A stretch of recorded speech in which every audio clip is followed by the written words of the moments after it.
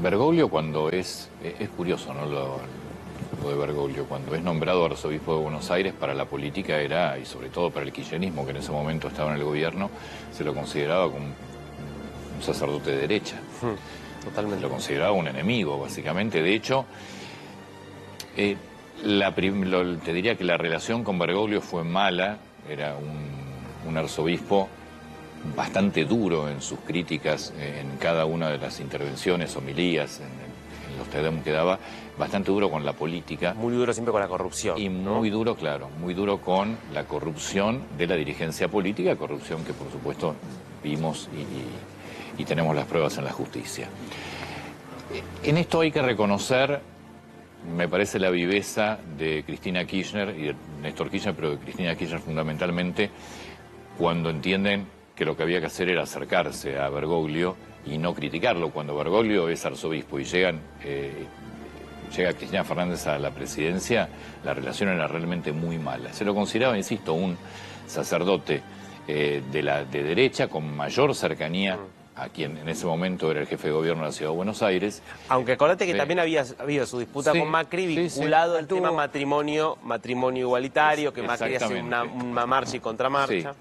Pero a nivel corrupción, era mucho más duro contra quien estaba en ese momento. Hay que ver las páginas de Página 12 del momento.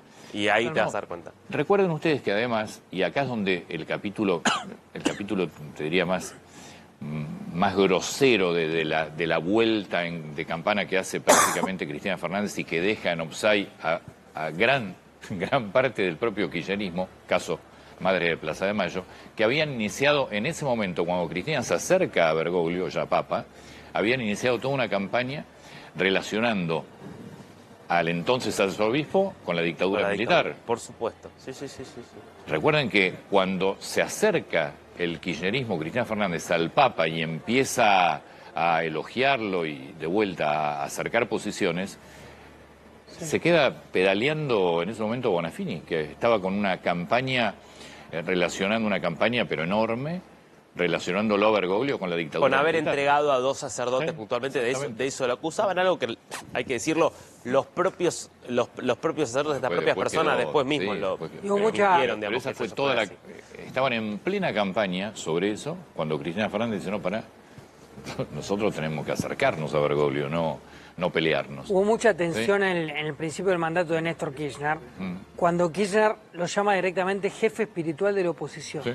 Eso fue en un momento. Lo consideraron de la derecha. Exactamente. En ese momento Macri era el jefe de gobierno de la Ciudad de Buenos Mauricio Aires. Macri, que allá por 2007, digamos que comparte una década exacta el kirchnerismo con Bergoglio como arzobispo de 2003 a 2013, y en ese momento, claro, era todo tensión, y no estaba esta idea del papa peronista que después se termina marcando y que se termina construyendo a lo largo de los años cuando ya era papa.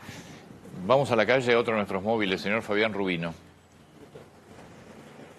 ¿Cómo te va, Antonio? La vida pastoral de Bergoglio pasó por aquí, por la Villa 24 de Barracas, la Villa 21 de Barracas, donde venía a ofrecer misa los 8 de diciembre y también venía a compartir las penurias de la gente, las necesidades de la gente. Muy reconocido en este lugar donde, como te decía, fue parte de la vida pastoral junto al Padre Toto, quien es el titular de esta iglesia y que...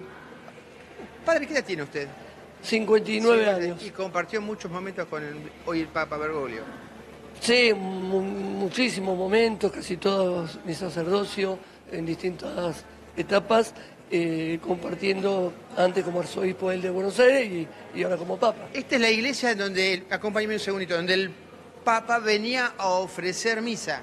Él venía, todos los 8 de diciembre se llenaba acá a la puerta de la iglesia y otras veces también venía y celebraba misa acá y apoyó totalmente nuestra tarea pastoral. Padre, ¿cómo lo definiría usted a Bergoglio? ¿Fue el Papa?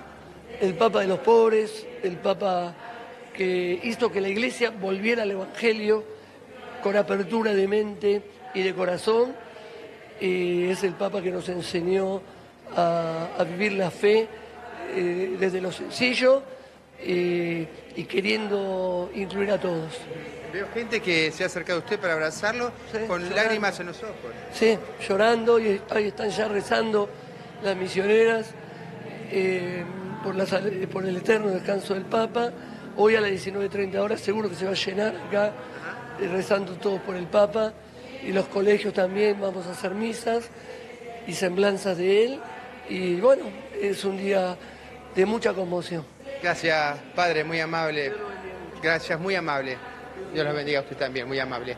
Bueno, este es el recuerdo que aquí en la Villa 21 tienen del Papa, ¿no? Como te decía, un padre que acompañó esta iglesia y que también todos los 8 de diciembre venía a celebrar misa en un lugar donde estaba repleto de fieles, Antonio. Me parece interesante también recordar algunas personalidades que fueron centrales en la vida de Bergoglio, que una de ellas es precisamente quien había sido antes arzobispo de la Ciudad de Buenos Aires, Antonio Guarrachino, que fue quien lo termina, no sé si es descubriendo la palabra, pero Bergoglio estaba en Córdoba en una casa de retiro de la Compañía de Jesús, de los jesuitas, casi hasta castigado. Había sido provincial, había sido el titular del Colegio Máximo de San Miguel, un colegio universitario jesuita, y fue desplazado a una casa de retiros de Córdoba, donde prácticamente quedás, si querés, aislado. En uno de los retiros interviene, va a hacer un retiro Guarrachino, el entonces arzobispo de la Ciudad de Buenos Aires, quien conoce ahí a Bergoglio, y la verdad es que enseguida Guarrachino entendió o pensó que Bergoglio era una persona como para tener cerca, consideraba que estaba preparado para cosas mucho más importantes y lo termina sacando de este retiro.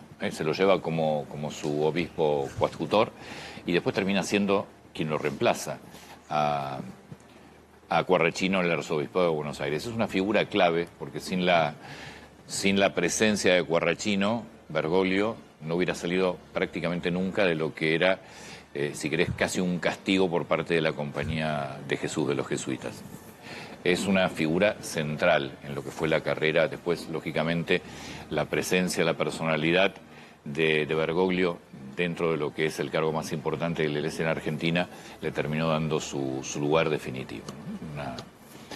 Una personalidad bastante compleja y bastante fuerte, insisto, dentro de lo que es, para mí, el sector de la Iglesia tal vez de sacerdotes más preparados como es la Compañía de Jesús. Bueno, Antonio, ya empiezan a aparecer obviamente nombres, nombres de personas que podrían...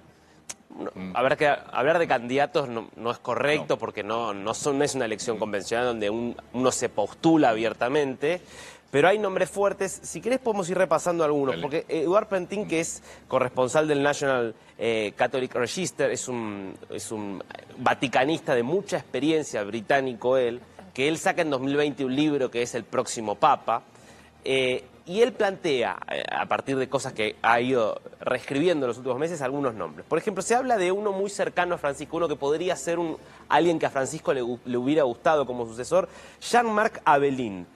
Es francés nacido en Argelia, por eso digo, vamos a ir viendo mucho de esto, de nombres que por ahí tengan un poquito de algo que sea europeo para compensar el hecho de que ahora venimos de un latinoamericano, pero que tenga un origen también, en este caso, migrante y justamente de África, ¿no? Este teólogo francés que es actualmente arzobispo de Marsella y que está muy en línea con el diálogo interreligioso, con el acercamiento, por ejemplo, con el Islam, y que tiene un compromiso además muy en la misma línea, es la persona que estamos viendo allí a la izquierda, que tiene además una línea muy similar en cuanto a la agenda. Después, si tuviéramos que pensar en una alternativa, ¿qué nombres hay, por ejemplo, de una línea diferente? Bueno, Angelo Bagnasco, que es italiano, es conservador, fue arzobispo de Génova y es claramente un tradicionalista. Y en ese sentido marcaría un quiebre respecto de lo que viene siendo,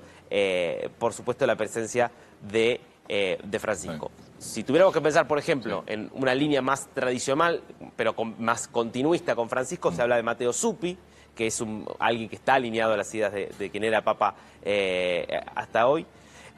Arzobispo, este que ves ahí es Angelo Bagnasco, te digo. Angelo Bagnasco es hoy, te diría, un detractor del Papa que podría marcar un giro tradicionalista.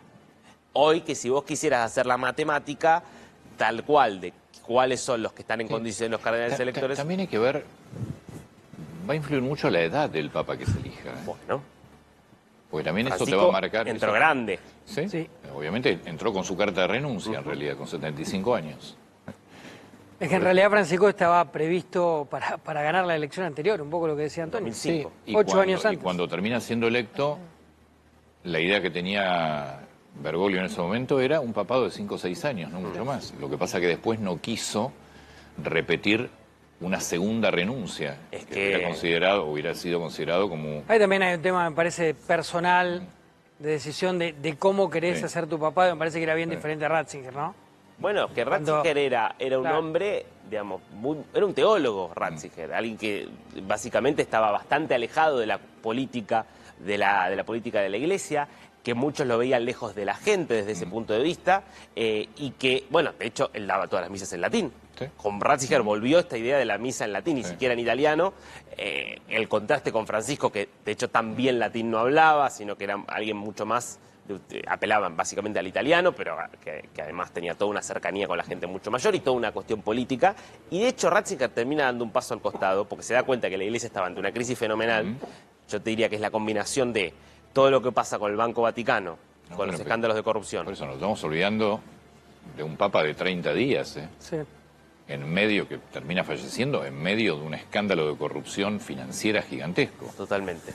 Con, además, también la eclosión de los casos de abuso, ¿no? Sí. De casos de abuso de muchísimos años, de abuso y encubrimiento por parte de Sí, estructuras que- superiores de la te Iglesia. diría que es lo que Bergoglio, no te digo que destapa, pues se sabía, pero sí le hace Pero lugar a toda encara. la investigación. Lo Es el encara, primero sí, que encara una reforma que necesaria. reconoce y encara. Sí. Ahora nos vamos a meter, Lara, con el tema de algunas frases, pues lógicamente también, así como lo hizo en este último tiempo, dejó mucho, si querés, mucho posicionamiento económico o político a nivel mundial el Papa Francisco. Recién me escribe el negro González Oro, que está allí en Madrid, un saludo enorme, negro. Dice, estoy mirando, son muy duros los comentarios. Claro, vos entrás, por ejemplo, en YouTube, son muy duros los comentarios de la gente. Es que me parece que hay que entender que hay básicamente dos papas. El papa para la Iglesia en el mundo, un papa que intentó encarar o encaró muchas reformas, algunas resistidas, otras no tanto. Se lo va a ver esto también en la elección del sucesor, pero después es muy diferente al Papa que se lo vio desde la Argentina. Primero, mucha gente que no le perdona que no haya venido a la Argentina, sobre todo que haya sobrevolado la Argentina y que no haya llegado a su país. Recuerden que una vez que fue electo no volvió nunca más. O sea, ni siquiera es que vino por 2 días a ver a la familia y no volvió nunca más. Y después mucha gente, por supuesto, un papa que jugó políticamente muy fuerte.